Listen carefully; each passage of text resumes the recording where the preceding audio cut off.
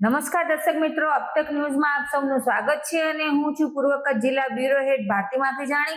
તો દર્શક મિત્રો, આજે અબ તકની ટીમ આવી છે એસઆરસી મધ્ય, કારણ કે આજ સવારથી સોશિયલ મીડિયા ઉપર એક એવા મેસેજ વાયરલ થઈ રહ્યા હતા જેમાં દર્શાવવામાં આવ્યું હતું કે ડીપીએ દ્વારા એસઆરસી ને લીઝ ડેટ મુદ્દે જે હોલ્ડ આપવામાં આવ્યો હતો તે પાછો ખેંચી લેવામાં આવ્યો છે।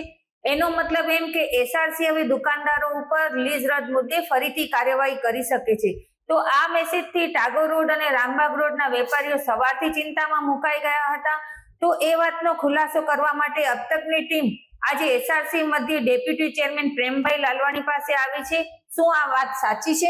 ખોટી છે। તો જે સવારથી મેસેજ વાયરલ થઈ રહ્યા છે, ડીપીએ હોલ્ડ હટાવી લીધો છે, એ વિશે આપ શું કહેશો? પબ્લિકને મિસગાઈડ કરે છે, વાતમાં કોઈ દમ નથી। તો આપના આ જણાવ્યા ઉપરથી આ વેપારીઓને શું સંદેશો આપશો? ચિંતા કરવાની જરૂર નથી। તો દર્શક મિત્રો, આપણે જાણ્યું કે ડેપ્યુટી ચેરમેને જે વાત કહી એ વાત ઉપરથી હમણાં હાલ વેપારીઓને કોઈ ચિંતા કરવાની જરૂર નથી અને જે મેસેજ વાયરલ થઈ રહ્યા છે એ વાતને ડેપ્યુટી ચેરમેને ચોખ્ખા શબ્દોમાં વખોડી કાઢી છે।